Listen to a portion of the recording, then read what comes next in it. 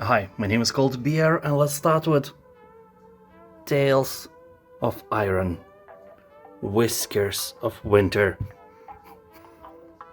An old and unspeakable evil stirs in the north, wings black as death, fangs sharp as steel, and they thirst for blood rivaled only by their insatiable hunger for vengeance. Yeah, that is a new ultimate enemy of your kingdom. As people say, this game is inspired by Game of Thrones, The Elden Ring, and The Witcher. Despite it being a 2D side-scroller, the feeling is actually there, especially because everything is narrated by Doug Cockle, legendary actor that lent his voice to Geralt of Rivia himself, so he will have to track down and defeat legendary monsters of this realm, and be rewarded with rare resources and craft devastating equipment. But be warned, these colossal creatures won't go down without a fight. You will die over and over and over again, so make sure you like suffering. It's not for people with weak nerves, that's for sure.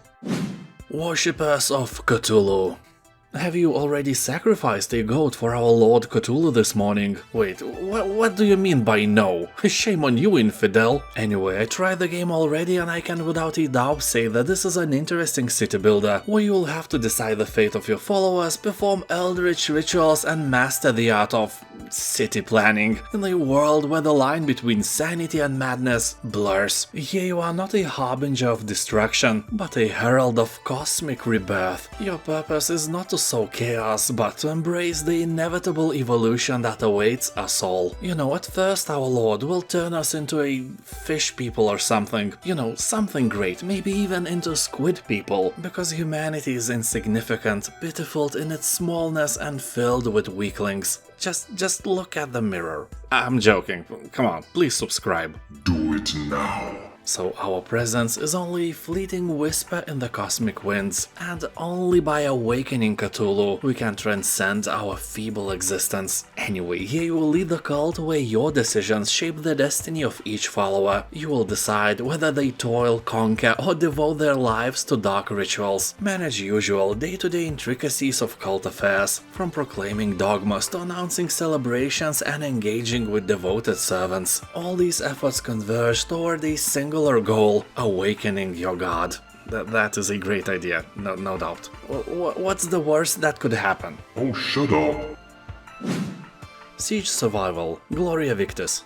Your country is invaded and your city is under a brutal siege. A small group of civilians are trapped in the only remaining stronghold. They are the last source of hope for the defending troops hanging on for dear life. You might not be fighting the invaders yourself, but the fate of the city lies in your hands. You know, you are the manager. Without you, everything will succumb to chaos. You need better weapons, a roof over your head, hot food, and all the other things for, you know, existing. And the only way you'll get these is if you and your team craft them. But resources are limited and you'll need to sustain both soldiers and civilians. Maintaining this balance is not the job for the faint-hearted, believe you me. So you will have to find ways to preserve your potato salad, develop your infrastructure and use your supplies more efficiently. Main story will only take around 8 hours to beat, but if you want to unlock all the achievements, it will take you around 10 times more. People are saying that the game reminds them of the famous This War of Mine, and that is never a bad thing. Doom. The most famous first-person shooter was reborn in 2016, and since then it holds the overwhelmingly positive reviews not only on Steam but in our hearts as well. Here you'll encounter relentless demons, destructive guns and fast fluid movement. Whether you are obliterating demon hordes in the single-player campaign or competing against your friends in multiplayer, people on Steam are saying that every priest will approve this game. You know, eradicating demons is a holy deed in every religion. Except if you worship Satan. Yeah, I can see the flaw of my idea now. ID Software should create a game where humans are defending from angel invasion as well. Don't drink beer, it's a sin. They would say, and then you could just shoot them. I would definitely play that.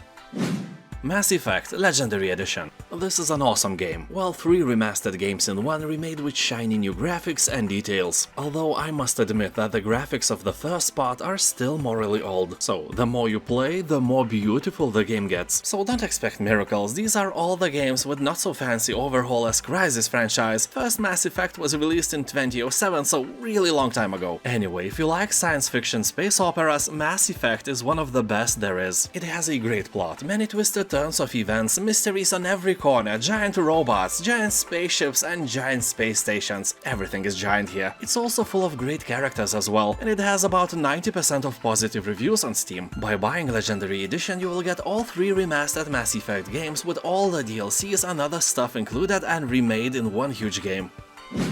GRIME. This is a fast and unforgiving Metroidvania action-adventure RPG. In this world of anatomical horror and intrigue, you will crush your foes with living weapons that mutate their form and function. Then consume dead adversaries with your black hole to strengthen your vessel. The game lets you play to your preference and upgrade only those traits you feel most suited to your unique style. You'll find there is more than one way to break open an enemy, as you move through a variety of environments, meet their inhabitants, and discover the source of their madness. People are saying that the gameplay is quite hard until you get a grip of the mechanics, although boss battles will still show you your place, so don't get cocky and don't give up either. This is a beautiful and atmospheric game worthy of all your attention. Domekeeper. Domekeeper has about 90% of positive reviews, so it is obviously a hidden gem you may want to try. Well, a nice polished rock at least. This is a roguelike survival miner where you will defend your dome from wave after wave of monsters. You will use the time between each attack to dig beneath the surface and search of valuable resources and artifacts, and use them carefully to choose powerful upgrades and bonuses. People on Steam are talking that the game is very polished, rich and imaginative. It's all you need for your free time. Well, this and potato salad. Dishonored 2. The story of the second game is set 15 years after the events of the first one. Here, another worldly usurper has seized the Emperor's throne, leaving the fate of the Isles hanging in the balance. He will travel beyond the legendary streets of the once dazzling coastal city, track down the enemies and take back what's rightfully yours. You will be able to play as Emily or Corvo and bring their own perspectives and emotional responses to the world and story. Each character has their own set of powers, gadgets and uniquely tuned weapons, and only you will decide whether you fight your way through the city streets or sneak across the rooftops. And of course, which enemies you decide to slay or to spare. People are saying that if you play the first part, this will feel like a reboot with more stuff. That is not a bad thing, keeping in mind that the first part was a masterpiece, and the review score is around 90%.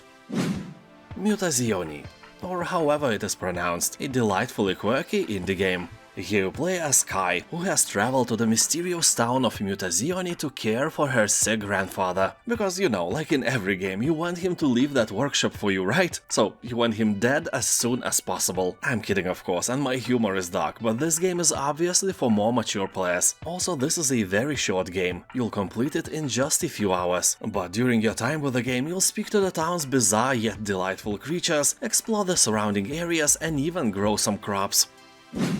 Metal Hellsinger. The game has 97% of positive reviews, and that is insane. You'll kill demons to the rhythm of metal and vengeance on an infernal journey through the 8 hells. This is a rhythm first-person shooter bursting with monsters, gorgeous weapons and heavy metal music rated for this game by amazing metal geniuses, like Serj Tankian for example. Yeah, Serj himself sings a new song created especially for this game, and you kill demons listening to it. The song was created with the idea behind it that it is meant to be listened to while killing demons. It is hard to wrap my head around this fact and how metal it actually is. So if you like fast-paced first-person shooter games like Shadow Warrior or Doom, search no more. Metal Hellsinger is what you need to kill your boredom with style.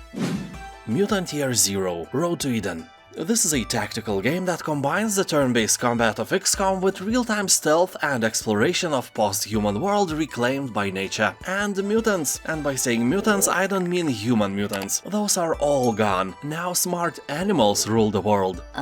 Define smart. Well, you got me here. They are not always smart. They sometimes do stupid decisions because, you know, you are controlling them. Oh my god, how dare you! Shh, it's a joke. So although animals can't speak here, it's definitely not a Disney kind of world. It's brutal and cruel, and survival of the fittest is in progress. Here you must venture out of the city to explore the zone where one day you might find the Eden of legends, the ancients' heaven in the middle of hell. I guess with mountains of potato salad and rivers of cold beer. Maybe you will find your answers there. Then again, maybe not. Game has really beautiful graphics, great humor and an interesting story. Also very positive reviews on Steam. Art of Rally. This is a beautiful racing game. The word art in its name is not just a coincidence. The game looks original and fun. Here you will race across the world through colorful and stylized environments and compete for the first place in the leaderboards with daily and weekly challenges. Here you will experience the golden era of rally in career mode, traveling across 78 stages from Finland to Sardinia, Norway, Japan, Germany, Kenya, Indonesia and Kolberistan. Well, maybe not all of these, but I can't remember which one isn't included. The models of cars are all vintage and range from 60s to 80s. In total, more than 50 different cars. To be honest, you don't need to be a fan of racing, this game is literally for everyone. I played the demo a long time ago, and even if racing games are usually not my spoon of potato salad, I had tons of fun. Also, the review score on Steam is very high, above 90%. Crazy high. Well, not as high as Seth Rogen. Project Warlock. Here you will become a mysterious warlock and embark on a dangerous mission to eradicate all evil. Yeah, seriously, I thought warlocks are evil, but here you are good somehow and want to smite evil creatures with everything you have. Every single one of them, no matter where and when. You will travel through time and space to wreak mayhem and destruction like in the golden days of FPS games. You'll explore 60 levels in 5 settings, from ice Antarctic base to sands of Egypt or medieval castles. As in all classic games like this, you will find keys to unlock passages, reveal secret doors with golden ammo, use lifts and hidden buttons to access new areas, and of course, finally, you will descend to hell and face the ultimate challenge and emerge victorious or, you know, perish like a puny loser, which will never happen. You are awesome, my friend, never doubt that. The Quarry. I would say that this is a usual slasher movie, except this time it's a game, where all the stupid decisions of the protagonist are made by you. So here you'll be in charge of a band of teenagers who decided to go to a distant quarry and celebrate, you know, something. And things quickly took a turn for the worse. Hunted by blood-drenched locals and something far more sinister, your plans unravel into an unpredictable night of horror. Friendly banter and flirtations give way to life or death decisions, as relationships build or break under the strain of unimaginable choices, made by you by the way. You will play as each of 9 characters in a thrilling cinematic tale, where every decision shapes your unique story from a tangled web of possibilities. Any character can be the star of the show or die before daylight comes, and it's all your fault. Honestly, this game is better played in the company of friends, or you know, with your loving mother-in-law, so you could laugh and be scared together. People on Steam are praising the game's replayability but bashing its short story. Monstrum.